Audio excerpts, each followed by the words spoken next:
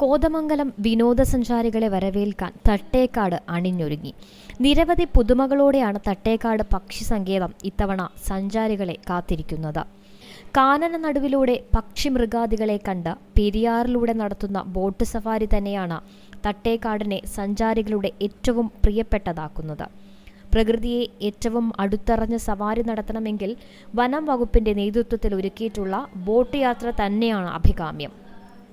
Kids corner, watch tower, refugee സെന്ററിലെ കൂറ്റൻ രാജവെമ്പാല ഉൾപ്പെടെയുള്ള പക്ഷിമൃഗാദികൾ, സ്വദേശികളും വിദേശികളുമായ വിവിധ ഇനം ദേശാടന പക്ഷികൾ എന്നിവയെല്ലാം തട്ടേക്കാട് എത്തുന്നവർക്ക് ആഹ്ലാദം പകരും.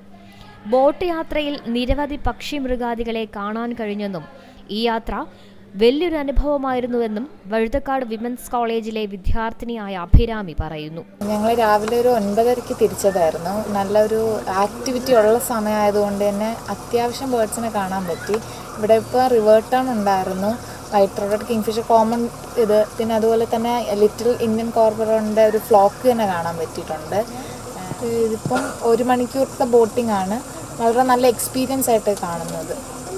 പെരിയാറിലൂടെയുള്ള ബോട്ട് യാത്രയ്ക്കാണ് കൂടുതൽ പേരും എത്തുന്നതെന്ന് തട്ടേക്കാട് പക്ഷി സങ്കേതത്തിലെ ഫോറസ്റ്റർ ബിജുമോൻ പറഞ്ഞു.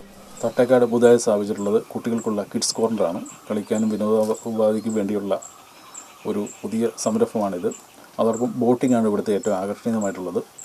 1 മണിക്കൂർ നേരത്തേക്ക് ബോട്ടിംഗ് 150 രൂപയ്ക്ക്, കുട്ടികൾക്ക് 70 രൂപയ്ക്കും പോകുന്നതിനുള്ള ഒരു സജ്ജീകരണമാണ് ഒരുക്കിയിരിക്കുന്നത്.